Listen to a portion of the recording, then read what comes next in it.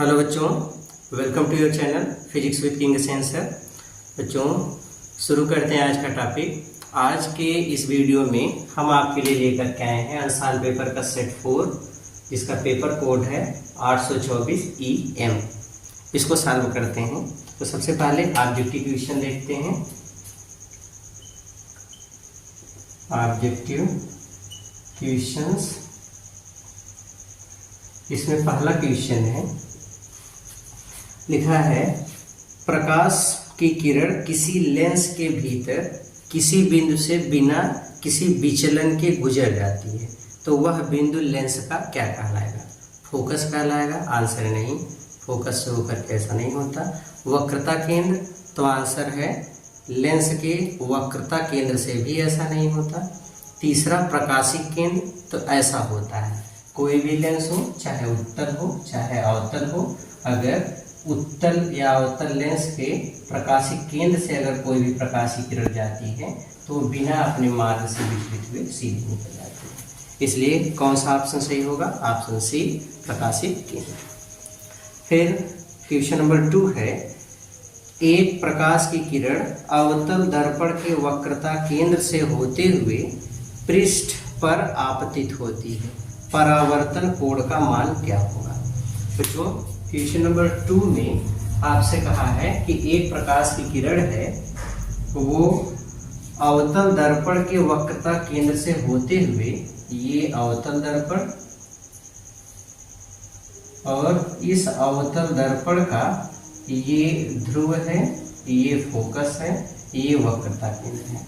कोई प्रकाश की किरण इस वक्रता केंद्र से होते हुए इस दर्पण पर आ रही है। ओके, ये अब सबसे पहली चीज, आप ये प्रकाश किरण आ रही है तो ये आपतित किरण कहलाएगी और ये कहलाएगा आपतन बिंदु। आपतन बिंदु पर खींची गई वह सीधी रेखा जो तल पर 90 अंश का कोण बनाए वही अभिलंब कहलाएगा। तो यही वाली लाइन अभिलंब भी कहलाएगी। अब आपतित किरण भी वही है, अभिलंब भी यही है, दोनों एक ही लाइन पर आ गए, इसका मतलब आपतन कोण 0 अंश हो गया। परावर्तन के नियम से अगर आपतन कोण 0 है तो परावर्तन कोण भी 0 अंश का ही होगा।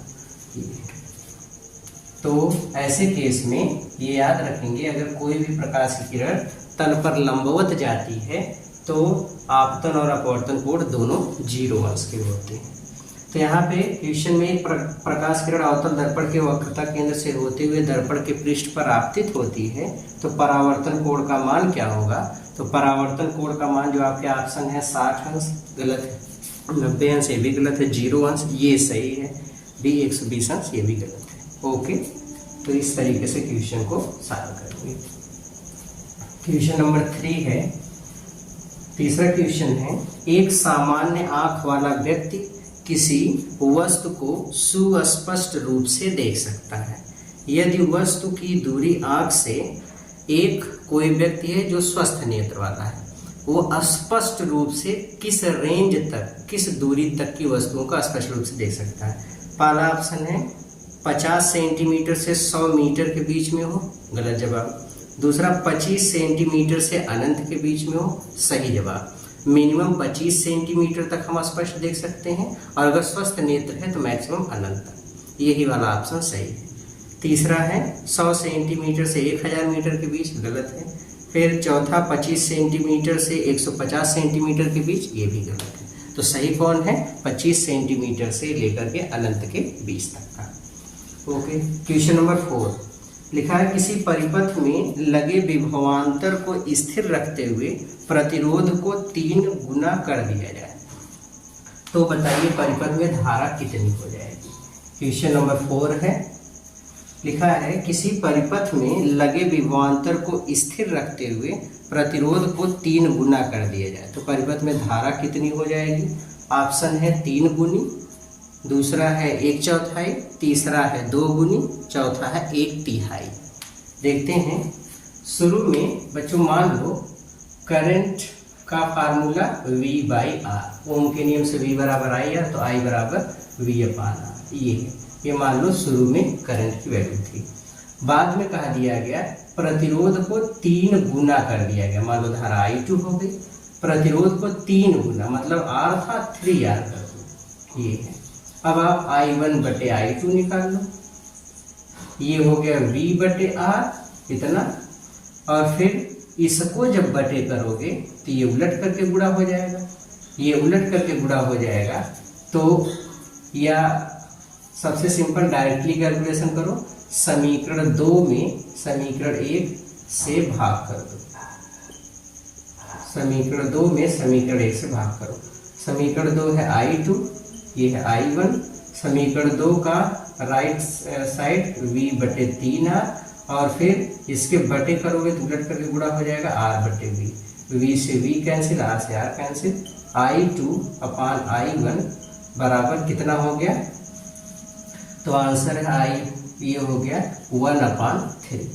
ऊपर यहाँ भी एक का गुणा 1 में करोगे, यहाँ 1 का गुणा 3 में करोगे 3, I2 बराबर I1 का इधर गुणा कर दो, I1 फिर गुणे 1/3। इसका मतलब जो धारा होगी प्रारंभिक धारा का 1/3, 1/3 मतलब 1/3 हो जाएगी। तो कौन सा ऑप्शन सही है, 1/3। अगर हम प्रतिरोध को 3 गुना कर देंगे तो धारा कितनी हो जाएगी, 1/3। ये वाला ऑप्शन सही है। ओके, मिटा दें। ओके, अगला क्वेश्चन लेते हैं, क्वेश्चन नंबर 5, पांचवा वाला, चौथा तो ये था। क्वेश्चन नंबर 5 है, किसी मकान में 200 वोल्ट की विद्युत आपूर्ति की जाती है, V बराबर 200 वोल्ट। मकान में 100 ओम और 200 ओम के 2 विद्युत बल्ब प्रतिदिन 1 घंटे प्रयोग में आते हैं। पहला प्रतिरोध है 100 ओम का, दूसरा प्रतिरोध है कितना, 200 ओम का। 2 बल्ब हैं, प्रतिदिन 1 घंटा, 2 बल्ब, उपकरण है टोटल 2, प्रतिदिन 1 घंटा प्रयोग में आते हैं, 1 घंटा प्रयोग में आते हैं, टाइम है 1 घंटा। तो कहा दिया प्रतिदिन विद्युत ऊर्जा की खपत कितनी होगी। ऑप्शन है आपके, पहला 500 वाट घंटा, दूसरा 600 वाट घंटा, तीसरा है 300 वाट घंटा, और फिर चौथा है 900 वाट घंटा। सबसे पहले हम तुल्य प्रतिरोध निकालें। तो तुल्य प्रतिरोध निकालोगे बच्चों, मकान में 100 ओम और 200 ओम के प्रतिरोध के 2 विद्युत बल्ब प्रतिदिन 1 घंटे प्रयोग में आते हैं। अब सबसे पहले आप देखो, पहले तो दोनों का तुल्य प्रतिरोध निकाल लो। मकान या घरों में जो बल्ब होते हैं परस्पर समांतर क्रम में जोड़े जाते हैं, तो मकान के लिए जो तुल्य प्रतिरोध का फार्मूला हम लगाएंगे वो होगा 1/R बराबर 1/R1 प्लस 1/R2, 1/R बराबर तो 1/100 प्लस 1/200, LCM 200, 2 प्लस 1/R बराबर R बराबर 200/3, इतना हो गया इक्वेशन फर्स्ट। R हमको मिल गया तो हम लोग शक्ति निकाल सकते हैं बच्चों। पावर का फार्मूला या पावर का फार्मूला भी रहने दो, आप सीधे सीधे बे यूनिटों की संख्या निकालो, यूनिटों की संख्या या ऊर्जा निकालो, सीधे ऐसे लिख लीजिए ऊर्जा। ऊर्जा का फार्मूला या ऊर्जा E बराबर होता है बच्चों P इंटू T। अब P बराबर V इंटू I फिर into T। V into I को हम V/R लिख लें into T, V²/R into T। E बराबर V², V का स्क्वायर मतलब 200 का स्क्वायर कर दो, तो 200 का स्क्वायर कितना हो जाएगा, 200 गुणे 200 बटे आर का मान कितना आया 200, फिर ये उलट करके गुणा हो जाएगा बटे 3 और फिर गुणे 1, ये घंटे में। ओके, अब देखो P का मात्रक वाट होता और समय किस में दिया गया घंटे में, ये याद रखें। 200 से 200 कट गया, गुणा कर दिया 600, गुणे 1 बराबर 600, शक्ति का मात्रक वाट और इसका मात्रक समय का घंटा। E बराबर कितनी विद्युत ऊर्जा व्यय होगा, तो आंसर है 600 वाट घंटा। इतनी विद्युत ऊर्जा की टोटल खपत होगी। ओके, तो इस तरीके से क्वेश्चन को सॉल्व करेंगे। अगला क्वेश्चन लेते हैं, क्वेश्चन नंबर 6।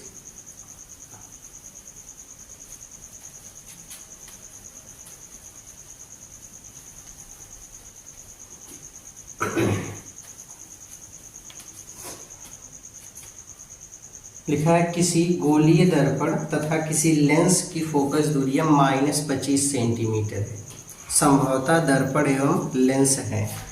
पहला ऑप्शन दर्पण उत्तल है और लेंस अवतल है, गलत है क्योंकि उत्तल दर्पण की फोकस दूरी प्लस में होती है, यहाँ पे लिखा है दोनों की फोकस दूरी -25 है। दूसरा है दर्पण अवतल और लेंस उत्तल, फिर से गलत क्योंकि उत्तल लेंस की फोकस दूरी फिर प्लस में हो जाएगी। दोनों उत्तल, ये भी गलत है क्योंकि फिर दोनों की फोकस दूरी प्लस में हो जाएगी। दोनों अवतल, यही सही है क्योंकि अवतल दर्पण की फोकस दूरी माइनस में होती है, अवतल लेंस की फोकस दूरी माइनस में होती है। इसमें लिखा है दोनों की फोकस दूरी -25 सेंटीमीटर है, इसका मतलब यही सही है कि दोनों अवतल है, तो ऑप्शन डी सही होगा।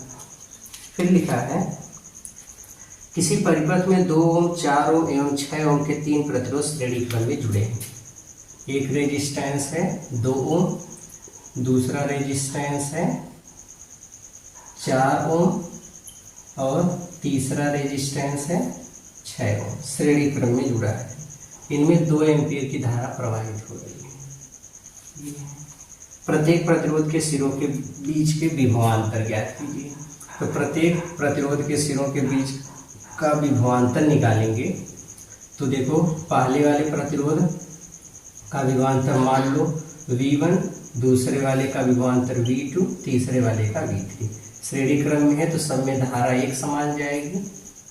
ये है ओम के नियम से V बराबर I इंटू आर, तो करंट 2, रेजिस्टेंस 2 बराबर 4 वोल्ट, तो V1 कितना हो गया 4 वोल्ट। दूसरे में करंट इंटू रेजिस्टेंस V बराबर I इंटू आर, तो 2 गुणे 4 बराबर 8, इतने वोल्ट दूसरे का आंसर।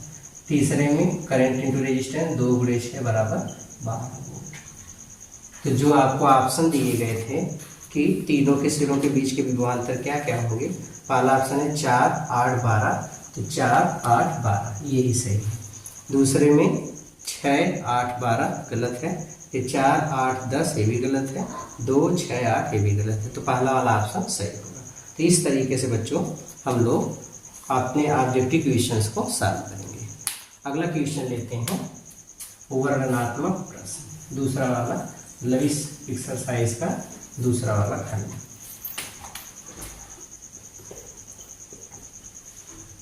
वर्णनात्मक प्रश्न, क्वेश्चन नंबर 21 से शुरू है, 21 से स्टार्ट करते हैं। गोलीय दर्पण कितने प्रकार के होते हैं, 2 प्रकार के होते हैं, एक उत्तल दर्पण और दूसरा अवतल दर्पण। फिर किसी गोलीय दर्पण के मुख्य वक्रता केंद्र और मुख्य अक्ष को परिभाषित कीजिए। मुख्य अक्ष क्या है, गोलीय दर्पण के वक्रता केंद्र और ध्रुव से होकर गुजरने वाली सीधी रेखा गोलीय दर्पण का मुख्य अक्ष कहलाती है। वक्रता केंद्र क्या होता है, गोलीय दर्पण कांच के जिस खोखले गोले का कटा हुआ भाग होता है उसके केंद्र को गोलीय दर्पण का वक्रता केंद्र कहते हैं। इस तरीके से डिफाइन करेंगे। एक उत्तल दर्पण की फोकस दूरी 30 सेंटीमीटर। उत्तल दर्पण है बच्चों, इसको याद रखेंगे, उत्तल दर्पण, इसकी फोकस दूरी 30 सेंटीमीटर है। दर्पण के सम्मुख 5 सेंटीमीटर एक वस्तु है, इसकी लंबाई है 5 सेंटीमीटर। लंबी वस्तु दर्पण से 30 सेंटीमीटर की दूरी पर रखी है।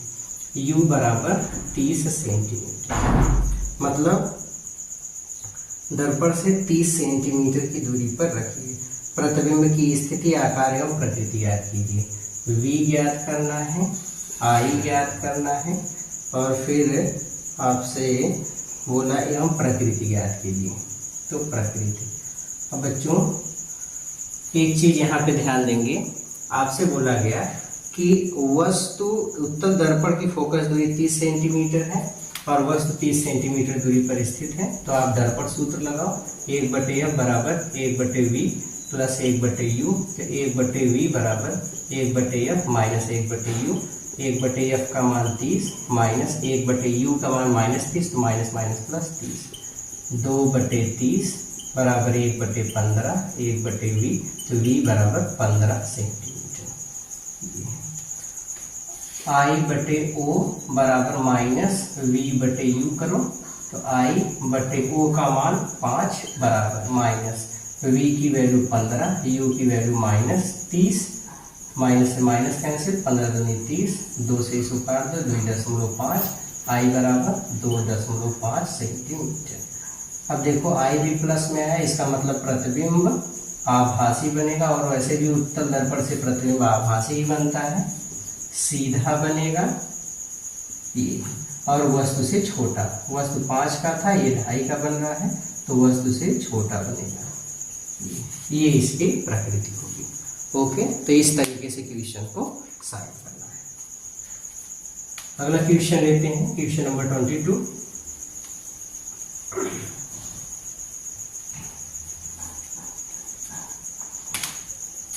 क्वेश्चन नंबर 22, नेत्र की समंजन क्षमता का अर्थ बताइए। बच्चों आवश्यकता के अनुसार नेत्र लेंस की फोकस दूरी को घटा बढ़ा लेने की क्षमता ही नेत्र की समंजन क्षमता कहलाती है। फिर से सुनिए, आवश्यकता के अनुसार नेत्र लेंस की फोकस दूरी को घटा बढ़ा लेने की क्षमता ही नेत्र की समंजन क्षमता कहलाती है। फिर लिखा, किसी उत्तल लेंस द्वारा प्रतिबिंब बनने का किरणारेख बनाइए। पहला, जब वस्तु लेंस से 2f की दूरी पर है। अच्छा, पहली स्थिति में ये उत्तल लेंस है, उत्तल लेंस का ये प्रकाशिक केंद्र, यहाँ पे f1, यहाँ पे 2f1, यहाँ पे f2 और यहाँ पे 2f2। रे डायग्राम बनाएंगे तो पहले वस्तु, जब ये वाली स्थिति बोले तो वस्तु और प्रतिबिंब को एक साथ पहले दिखा लेंगे। मुख्य अक्ष के समांतर जो प्रकाश की किरणें जाती हैं, अपवर्तन के बाद मुख्य फोकस से होकर के जाती हैं। दूसरी प्रकाश की किरण जो प्रकाशिक केंद्र से होकर के जाती हैं, ये अपवर्तन के बाद हमेशा बिना अपने मार्ग से विचलित हुए ऐसे निकलती हैं। ये है एक प्रकाश की किरण ऐसे गई और दूसरी ऐसे जाएगी, दोनों एक दूसरे को 2f2 पर काटेंगे, तो इस तरीके से इसका रे डायग्राम बनेगा। ओके, अगला क्वेश्चन, जब वस्तु 2f एवं अनंत के बीच में, उत्तल लेंस ही है, प्रकाशिक केंद्र f1, 2f1, यहाँ पे f2 और यहाँ पे 2f2, वस्तु यहाँ पे रखी है AB, मुख्य अक्ष के समांतर जो प्रकाश की किरण जाएगी अपवर्तन के बाद f2 से होकर के जाएगी। दूसरी प्रकाश की किरण जो कि C से होकर के जाएगी, अपवर्तन के बाद एक दूसरे को f2 और 2f2 के बीच में काटेंगे, तो यहाँ पर इसका इमेज बनेगा और इमेज बनेगा तो A' B' ये इसका इमेज बनेगा। इस तरीके से रे डायग्राम को खींचेंगे, तो रे डायग्राम इस तरीके से बनेगा। ओके, अगला क्वेश्चन लेते हैं, इसमें खाली रे डायग्राम पूछा गया था, आपसे प्रकृति वगैरह नहीं लिखना है, प्रकृति वगैरह नहीं लिखेंगे। अगला क्वेश्चन है, लिखा है प्रतिरोधों के समांतर क्रम संयोजन के किन्हीं 2 लाभों का उल्लेख कीजिए। पहला, प्रतिरोधों को अगर हम समांतर क्रम में जोड़ते हैं तो ऐसी स्थिति में प्रतिरोध में धारा कम जाता है, जिसके कारण धारा का कम होने के कारण विद्युत ऊष्मा के रूप में विद्युत ऊर्जा का ह्रास कम होता है। पहला, दूसरा हमारे उपकरण जलने से बच जाते हैं, दूसरा लाभ है। तीसरा है दिए गए परिपथ में प्रत्येक प्रतिरोध में प्रवाहित धारा तथा परिपथ में प्रवाहित संपूर्ण धारा का मान ज्ञात करो। एक सर्किट दिया गया है 8 ओम, फिर 12 ओम, फिर 24 ओम, ये और यहाँ पर एक एमीटर जुड़े हैं, 8 वोल्ट की एक बैटरी है, ये 8 वोल्ट की।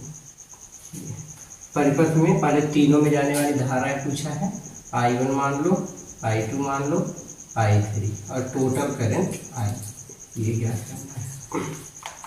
सबसे पहले तुल्य प्रतिरोध निकालो, समांतर क्रम में है तो 1/8, 1/12, 1/24। एलसीएम ले लो, 12, 8, 24 का 8, 12, 24, 2 से 2 चौका 8, 2 छक 12, 12 दूनी 24, 4 से नहीं 2 से काटो, 2 दूनी 4, 2 तीन 6, 2 छक 12, फिर 2 से काटो, 2 एक कम 2, 2 तीन 6, फिर 3, मतलब 2 दूनी 4, 4 दूनी 8, 8 त्रिक 24। एलसीएम कितना होगा 24, तो इसका एलसीएम 24, ये हो गया 3, 12 दूनी 24, 1, मतलब 6/24, 6 कम 6, 6 चौक 24, 1/r बराबर 1/4, तो r बराबर कितना आ गया 4 ओम। ये है परिपथ में कुल धारा निकालेंगे तो टोटल करंट I बराबर टोटल वोल्टेज 8 बटे टोटल रेजिस्टेंस 4, 4 दूनी 8, मतलब टोटल करंट कितनी आ जाएगी 2 एम्पीयर। ये तो जो समांतर क्रम में सबका वोल्टेज एक समान होता है तो ये भी 8 वोल्ट, ये भी 8 वोल्ट, ये भी 8 वोल्ट। ओके, अब यहाँ पे धारा निकालोगे तो I1 बराबर V1/R या V/R करो, धारा का फार्मूला V/R, तो पहले में वोल्टेज भी 8, ये भी 8, तो 8/8 बराबर 1 एम्पीयर। पहले में धारा हो गई। I2 निकालो, V/R करो, V का मान 8, R का मतलब 12, तो 4 से काट दो, 4 दूनी 8, 4 तीन 12, मतलब 2/3 एम्पीयर। ये हो गया। तीसरे में निकालो I3 बराबर V/R करो, तो 8/24, 8 कम 8, 8 त्रिक 24, मतलब 1/3 एम्पीयर। मतलब I1 1, I2 2/3, I3 1/3, परिपथ में कुल धारा 2 एम्पीयर। इस तरीके से सवाल को लगाएंगे। बाकी 2 सवाल आपके सिलेबस में नहीं है, तो इस तरीके से क्वेश्चन को सॉल्व करना है। आज के इस वीडियो को यहीं पे ख़त्म करते हैं, मिलते हैं नेक्स्ट सेट में। तब तक पढ़ते रहिए, मेहनत करते रहिए। All the very very very best.